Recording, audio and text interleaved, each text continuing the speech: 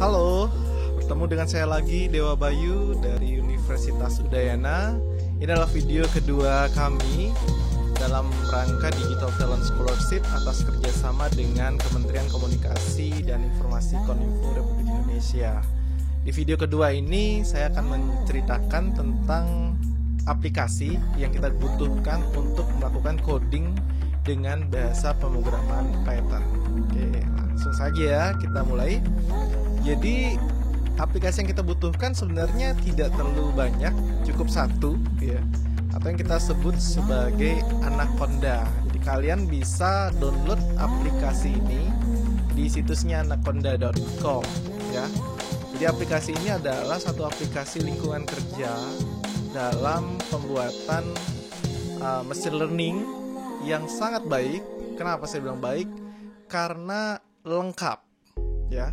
Jadi ini saya bilang sebagai satu pintu untuk mendapatkan fasilitas dari banyak aplikasi atau banyak package yang mungkin kita butuhkan dalam mengembangkan aplikasi berbasis machine learning atau artificial intelligence.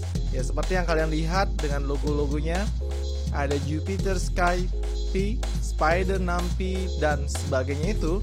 Itu adalah package atau aplikasi tools yang kita akan sangat butuhkan nanti ketika mengembangkan satu model machine learning. Ya. Jadi kenapa saya sarankan Anda untuk menggunakan Anaconda? Karena sekali lagi, Anda tidak perlu direpotkan dengan banyak instalasi karena Anaconda ini sudah menyediakan dukungan banyak aplikasi, dan kalau Anda ingin menambahkan tools atau package lainnya, instalasi itu sangat mudah dibandingkan Anda tidak menggunakan lingkungan kerja Anaconda, dan dia akan berjalan baik di beberapa operating system.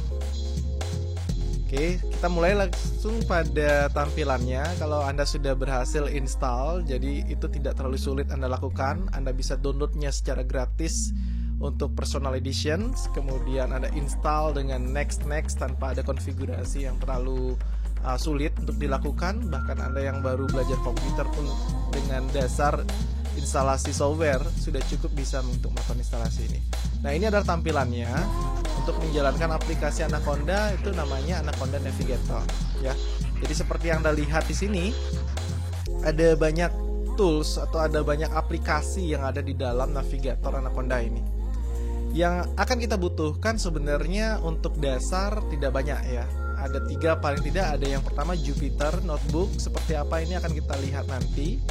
Kemudian ada juga kita butuh mungkin Qt Console, atau ada juga Spider. Jadi sebenarnya ketiga aplikasi yang saya tunjukkan ini adalah fungsinya sama ya untuk melakukan coding.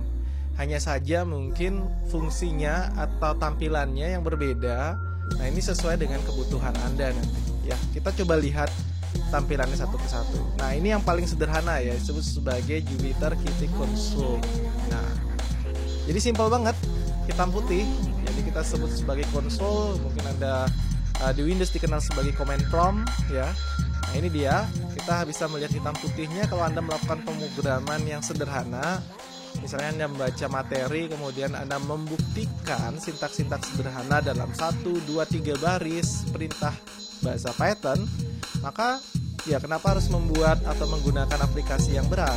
Cukup Anda menggunakan konsol seperti ini sudah bisa. Nah, di gambar itu diperlihatkan ada satu baris perintah ya, print Hello Indonesia. Itu artinya Anda akan mencetak string atau kalimat Hello Indonesia. Seperti itu outputnya program dengan menggunakan Jupyter Qt Console. Nah, aplikasi yang kedua yang lebih menarik dari sisi tampilan itu adalah Jupyter Notebook ya. Seperti namanya notebook, maka menariknya dari aplikasi ini, Anda bisa sekaligus membuat program dan juga membuat dokumentasinya. Nah, seperti Anda lihat di tampilan, ada sisi komentar, deskripsi yang bisa Anda buat di sana. Itu yang nggak mungkin Anda lakukan di konsol tentu saja ya. Dan kemampuan yang ada di konsol yang interaktif, yang langsung Anda lihat outputnya apa dalam satu baris, itu bisa Anda dapatkan dengan menggunakan Jupyter Notebook ini juga. Jadi seperti yang di bagian bawahnya itu adalah bagian kode program. Anda bisa tulis kode programnya di bagian itu. Kemudian Anda bisa langsung lihat luarannya jika ada. Ya, kalau ada memang ya. Jadi nggak selalu coding kita itu ada luarannya. Dan nanti misalnya ada kode-kode logika di bawahnya, itu bisa Anda tulis sebagai baris program atau kode baru yang akan juga mengingat eksekusi atau perintah-perintah yang sudah pernah dilakukan di atasnya. Jadi dia tidak akan dijalankan sebagai program baru. Jadi akan sangat menarik, akan sangat interaktif sekali Anda membuat program, Anda buat catatannya, sekaligus Anda membuat kodenya dan Anda melihat outputnya apa ya. Ini namanya Jupyter Notebook. Nah, yang ketiga itu dalam bentuk seperti ini ya, IDE. Jadi software untuk mengembangkan program yang biasanya kita gunakan bentuknya seperti ini ya, baik bahasa pemrograman lain seperti bahasa C, C++, Java itu. Anda melakukan pengkodean di satu area tertentu. Misalnya ini adalah aplikasi Spider yang juga adalah salah satu aplikasi bawaan di dalam Anaconda. Jadi ada area kerja untuk mengetikkan source code. Ya, source code ini kumpulan dari baris-baris perintah kode, khususnya sekarang adalah bahasa Python ya. Kemudian dengan menggunakan aplikasi ini Anda buat program yang mungkin kompleks, terdiri dari beberapa baris seperti itu, ada logikanya. Kemudian Anda bisa jalankan program itu langsung menggunakan aplikasi ini, dan di bagian bawah, kanan bawah, seperti yang diperlihatkan pada gambar, Anda akan bisa memperlihatkan apa output dari program tersebut ya. Jadi ada area kerja, ada outputnya di bagian bawah yang bisa Anda lihat. Nah, kelihatan di sana ya bahwa kodenya juga hampir sama ya, bukan hampir sama, tapi sama dengan yang sebelumnya, adalah untuk mencetak sebuah string. Nah, kalau kita jalankan dengan simbol segitiga hijau di bagian atas itu, maka di bagian bawah konsol kita akan lihat ada yang tercetak, yaitu halo semesta. Nah, seandainya Anda nggak mau install, Anda mungkin laptop Anda tidak terlalu, atau komputernya nggak terlalu kuat ya untuk instalasi Anaconda ini, karena memang seperti Anda tahu bahwa Anaconda ini ada terdiri dari beberapa aplikasi bawaan lainnya, jadi memang agak membutuhkan resource komputasi. Nah, Anda nggak mau install, bisa Anda bisa memanfaatkan Colab, Google Colab ya, Google Colab, dan itu juga bisa Anda manfaatkan sekarang dengan gratis. Tentu saja ada batasan-batasannya ya. Jadi Google Colab ini menerapkan Jupyter Notebook ya, seperti yang kita sudah lihat sebelumnya, namun itu dilakukan secara online. Jadi kalau Anaconda, Anda bisa codingnya secara offline, walaupun Anda nggak sedang terkoneksi ke internet, Anda bisa coding, Anda bisa belajar.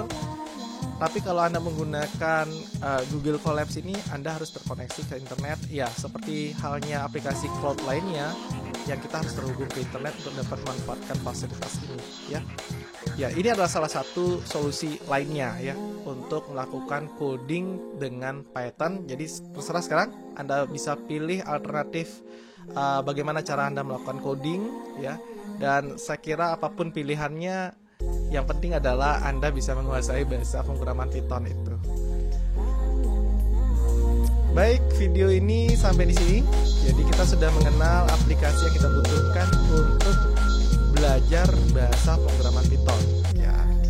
Yang tidak sabar untuk mulai belajar ngoding, jangan lupa untuk menyaksikan video berikutnya, dan jangan lupa juga untuk like dan subscribe video atau channel YouTube ini.